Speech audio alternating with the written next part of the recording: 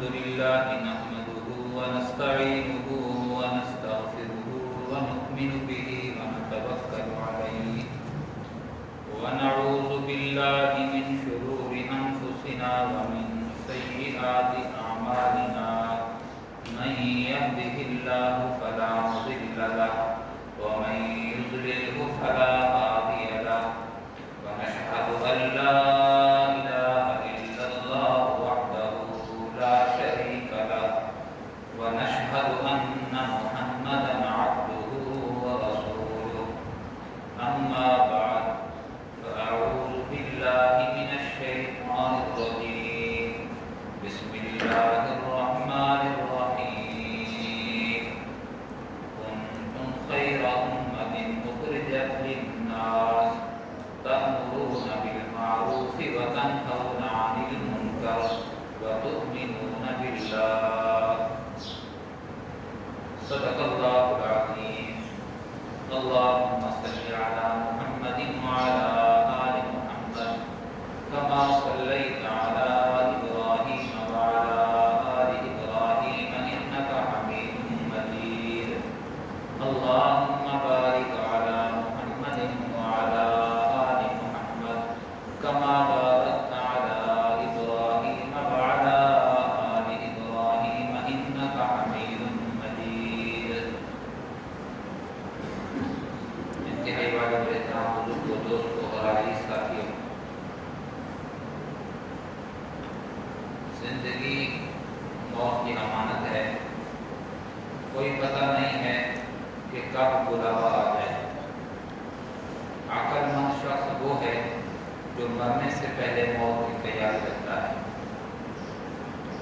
آج کی اصطلاح میں عقل مند اس کو کہا جاتا ہے جس نے اپنے لیے اور اپنے بعد اپنی اولاد کے لیے کوئی بیلنس چھوڑا ہو، کار کوٹھی چھوڑی ہو، کوئی عہدہ اور منصب ہو اس کے پاس، یہ عقل مند ہے۔ یہ آج کی اصطلاح ہے۔ شریعت کے اندر عقل مند شخص وہ ہے جو مرنے سے پہلے موت کی تیاری کرتا ہے۔ الکیس من دان نفسہ وعمل لما بعد الموت۔ عقل مند شخص وہ ہے کہ جو مرنے سے پہلے موت کی تیاری کرتا ہے۔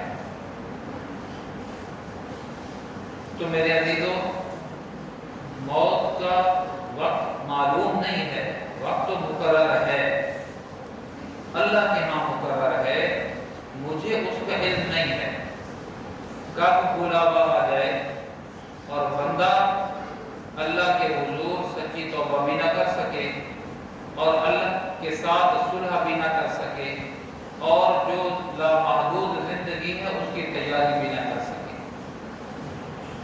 یہ بے وقوف شخص ہے۔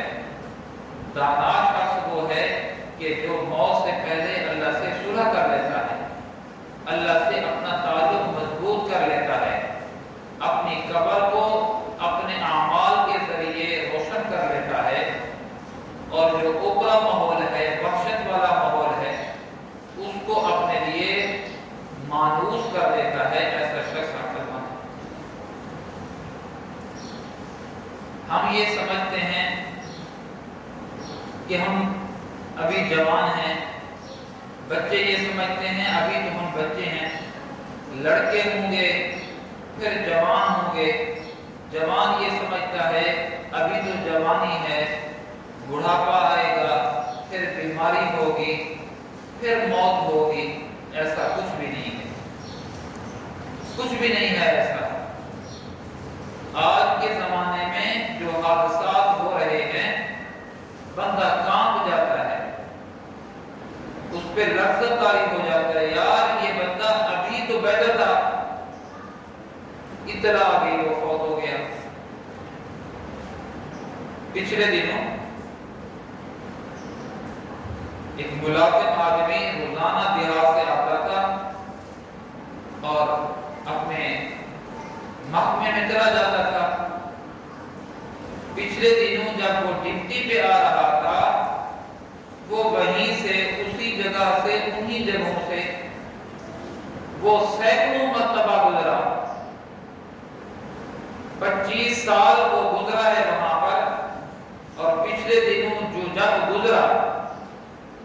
میں نے دیکھا وہ جب گزرا ہے اس کے موٹر سائیکل کا ٹائر روڈ کے کنارے پہ لگا، رگڑ کا ہی سلپ ہوا، گرا۔ سمجھ جاتا وہ جو ہی گرا، پیچھے سے ٹرک آ رہا تھا، اس ٹرک کا اگلا پہیہ اس کے سر کے اوپر چڑھا گیا، اس کا چہرہ ایسا مسخ ہوا پہچان بھی نہیں ہو رہی تھی۔ میرے آنکھوں دیکھا ہے، کیا مانو کہ سوچ رہا تھا میں،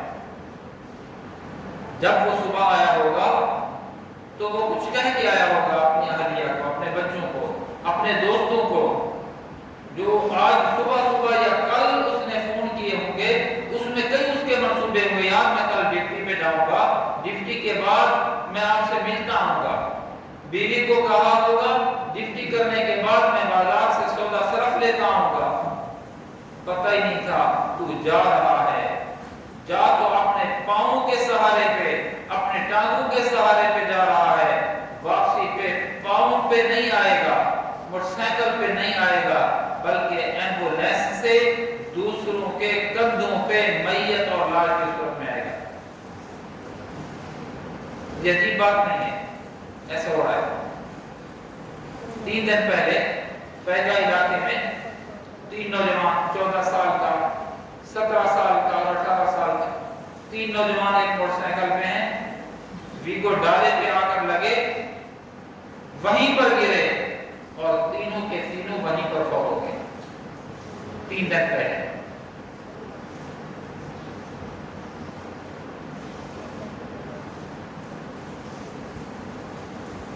ہمارے اس ڈیرہ غازی خان کا سرجیکل کا بہت بڑا پروفیسر، بہت بڑا پروفیسر، چھوٹی عمر میں اللہ نے اس کو یہ منصب دے دیا، سرجری کرتا تھا، ساجد حمید انصاری، جو لوگوں کا علاج معالجہ کرتا تھا، آج 3 بجے اس کا جنازہ ہے، بہت ہو گیا، کوئی وقت دے گا نہیں ہے۔ اللہ کے ہاں تو وقت مقرر ہے کہ اس بندے نے کب مرنا ہے، لیکن میرے عزیزو میں اور آپ کو نہیں بتایا گیا کہ تمہاری موت کب آئے گی۔ جب یہ بے خبر مہمان ہے، بے خبر مہمان، ڈوری کسی اور کے پاس ہے، کب کھینچتا ہے وہ کوئی پتہ نہیں ہے، اور کے پاس ہے کب کھینچ دے۔ بجلی لائٹ کا بند کرنا اور لائٹ کا آن کرنا یہ کسی اور کے ہاتھ میں ہے۔ کبھی بھی میں اور آپ ایسا نہیں کرتے کہ جب لائٹ نہ ہو تو ننگی تاروں کو ہاتھ لگائے ہوئے ہوں، ایسا نہیں کرتے۔ کیوں نہیں کرتے؟ سب یہی کہتے ہیں یار ابھی لائٹ آ سکتی ہے، مجھے کیا پتا کب آئے، کب وہ بٹن آن کریں پاور والے اور لائٹ آ جائے میری موت ہو جائے۔ کسی اور کے ہاتھ میں ہے بٹن، سوئچ، وہ کب آن کر دے اور ادھر ننگی تاروں کو ہاتھ لگایا وہ میری موت واقع ہو جائے کرنٹ کی وجہ سے۔ تو پیارے بعینہ یہی کیفیت ہے کہ موت کی ڈوری کسی اور کے پاس ہے، وہ کب کھینچے کوئی پتہ نہیں ہے۔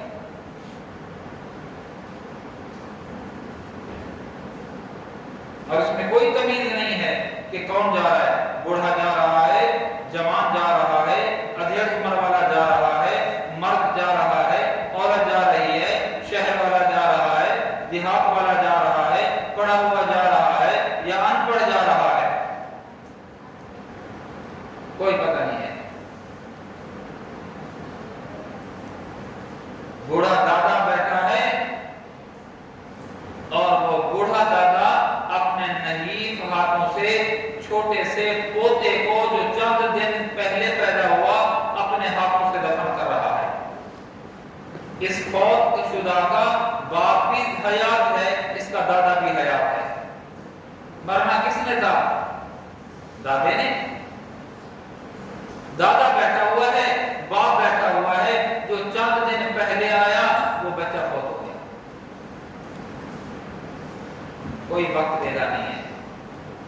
یہ بے خبر ساتھی ہے، بے خبر مہمان ہے، لیکن یاد رکھیے کہ بے خبر ہے نہیں یہ ساتھی، خبردار ضرور کرتا ہے۔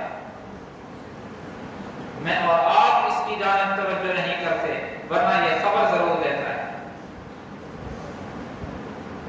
مشہور بات ہے نا، اسرائیل سے ایک شخص کی یاری ہو گئی، بات سچی ہے یہ جھوٹی ہے موضوع ہے، لیکن سمجھنے کے لیے بات عرض کر رہا ہوں کہ اس میں سمجھا اچھا جا سکتا ہے۔ اسرائیل موت کا فرشتہ اسرائیل کے ساتھ یاری تھی، تو اس نے کہا بندہ تو میرا یار ہے، جب تو مجھے موت دینے لگے نا تو پہلے مجھے بتا ضرور دینا، یار جو ہے تو میرا یار ہے، جب میری موت کا وقت قریب آ جائے نا تو مجھے آگاہ ضرور کر دینا تاکہ میں سمجھ جاؤں۔ اس نے کہا ٹھیک ہے، وعدہ ہو گیا۔ آدمی نے اسرائیل فرشتے سے یاری کی بنیاد پر، دوستی کی بنیاد پر انہوں نے ایک دوسرے سے وعدہ بھی کر لیا۔ گزرتا رہا عرصہ، وقت گزرتا رہا۔ ایک دن اسرائیل آ گیا یار کے پاس۔ وہ یار کیسے آ گیا؟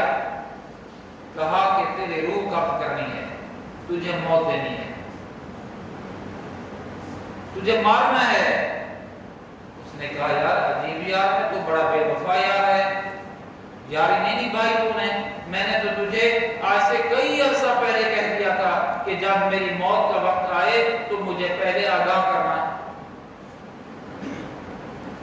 تو نے وعدے کی پاسداری نہیں کی۔ اس نے کہا کہ تجھے کس نے کہا کہ میں نے وعدے کی پاسداری نہیں کی ہے؟ میں نے تو اپنے وعدے کے مطابق تجھے آگاہی کی ہے۔ اس نے کہا کب مجھے آگاہ کیا؟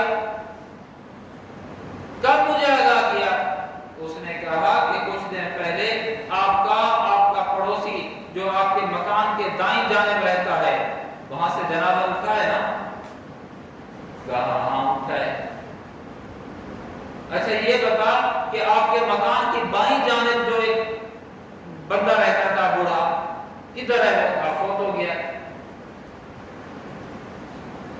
وہ آپ کے مکان کی جو پچھلی جانب ایک بڑھیا رہتی تھی، کدھر ہے وہ فوت ہو گئی ہے۔ آپ کے مکان کے سامنے وہ ایک بچہ، نوجوان بچہ، لڑکا، وہ کدھر ہے؟ وہ فوت ہو گیا ہے۔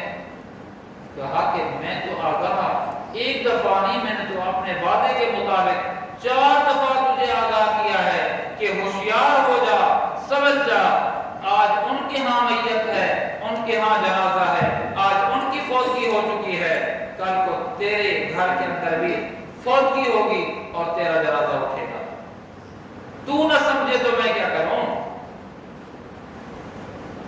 ایک اور بات بھی یاد آ گئی، نیک صالح بادشاہ تھا، اپنے مشیر سے کہا کہ کسی مزدور کو بلاؤ اور میرے محل کے کونے کے اندر جو خالی جگہ پڑی ہوئی ہے وہاں پر ایک قبر تیار کریں۔ قبر تیار ہو گئی۔ پہلے تو وزیر نے کہا بادشاہ سلامت خیریت تو ہے؟ کہا کہ بس میں کہہ رہا ہوں نا کہ آپ وہ قبر تیار کرو۔ قبر تیار ہو گئی۔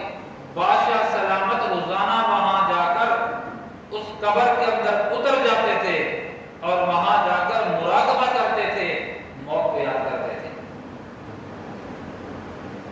کچھ عرصے کے بعد وزیر کو کہا کہ مزدور بلاؤ اور جو وہاں گڑھا کھدا ہوا ہے نا وہ برابر کر دے زمین۔ بادشاہ نے یہ حکم دے دیا۔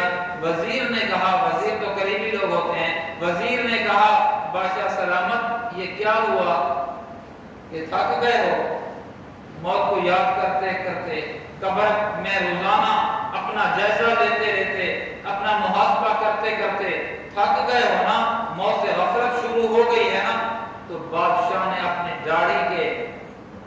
داڑھی کو پکڑا اور وزیر کے سامنے لا کر کہا کہ نہیں دیکھا تو نے، میری داڑھی کا ایک بال سفید ہو چکا ہے، مجھے یہی ایک سفید بال موت کو یاد دلانے کے لیے کافی ہے۔ کالے سفید ہو گئے، اور سفیدی اب کالی نہیں ہونی، اب کمر جھکنی ہے۔ تو پل بھر میں موت آتی ہے پیارے، پل بھر میں ایسی مفاجاتی موتیں آ رہی ہیں، نوجوان جا رہے ہیں، نوجوان۔ پچھلے دن اسی رمضان ہفتے میں ایک جگہ پر باپ بیٹا بیٹھے ہوئے تھے، آسمانی بجلی گری، دونوں کے دونوں وہیں پر فوت ہو گئے۔ آج سے 3 ہفتے پہلے ایک جگہ پر ایک جھونپڑی میں 2 دوست بیٹھے ہوئے تھے، گپ شپ لگا رہے تھے، بارش ہو رہی تھی، جھونپڑی تھی، شامیانہ جھونپڑی، خیمے کے اندر بیٹھے ہوئے ہیں، آسمانی بجلی گری، دونوں دوست وہ وہیں پر فوت ہو گئے۔ ایک کے بارے میں بتا رہے تھے، وہ ایسا خاکستر ہوا، راکھ بن گیا۔ میرے پیارے کی پتہ ہے، پچھلے دنوں میں اپنے ایک دوست کے ساتھ 3-4 دن پہلے موسم ایک دفعہ بن گیا، تو میں مغرب کے بعد میں اپنے دوست کے ساتھ جا رہا تھا، تو کہا کہ کتنی پیارا موسم ہے، لطف آ رہا ہے۔ وہ تو کہہ رہا تھا لطف آ رہا ہے، میں نے بھی اس کو کہا کہ ہاں لطف آ رہا ہے، لیکن میرے مغربی جانب وہ آسمانی بجلی کڑک رہی تھی اور چمک رہی تھی، اس کو تو میں نے کہا کہ ہاں بالکل تو اس سے لطف اندوز ہوتا ہے، لیکن خدا کی قسم اندر سے میں کانپ رہا تھا، ڈر رہا تھا۔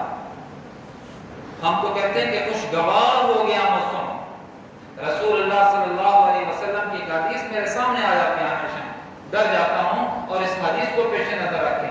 جب تیز آندھی اللہ کے رسول صلی اللہ علیہ وسلم دیکھتے تھے تو آپ پر بے چینی، گھبراہٹ کے ایسے آثار ہوتے تھے، صحابہ فرماتے ہیں کبھی آپ اندر جاتے تھے، کبھی آپ باہر آتے تھے، کبھی آپ مسجد کے اندر کمرے میں جاتے تھے، کبھی مسجد کے صحن میں جاتے تھے، کھلبلی مچی ہوئی ہوتی تھی، اللہ کے محبوب بہترین موسم بن گیا۔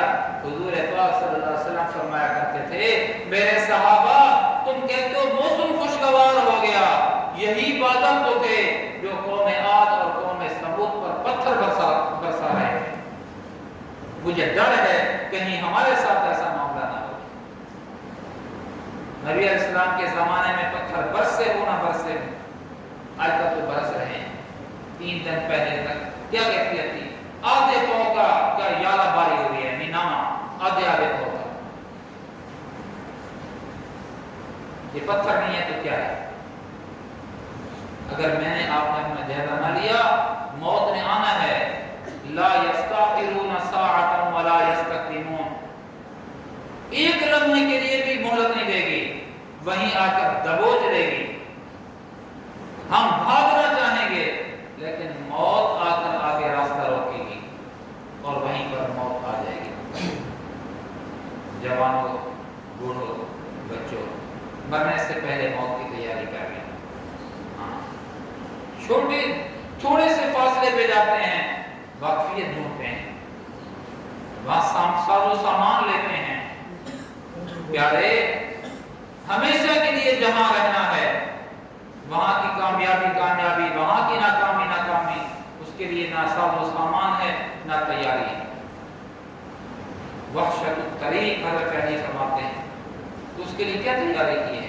میں اور آپ کوشش کریں، نیک لوگوں کے ساتھ اٹھک بیٹھک کریں، موت کو کثرت سے یاد کریں، قبرستان کا چکر لگایا کریں، ہسپتالوں میں، ڈراما سینٹر میں، ایمرجنسی میں جایا کریں، دیکھیں تو صحیح کہ کیسے زندگی کی بھیک مانگ رہے ہوتے ہیں، آسمان کی جانب نگاہ ہوتے ہیں، ایڑیاں لگا رہے ہوتے ہیں۔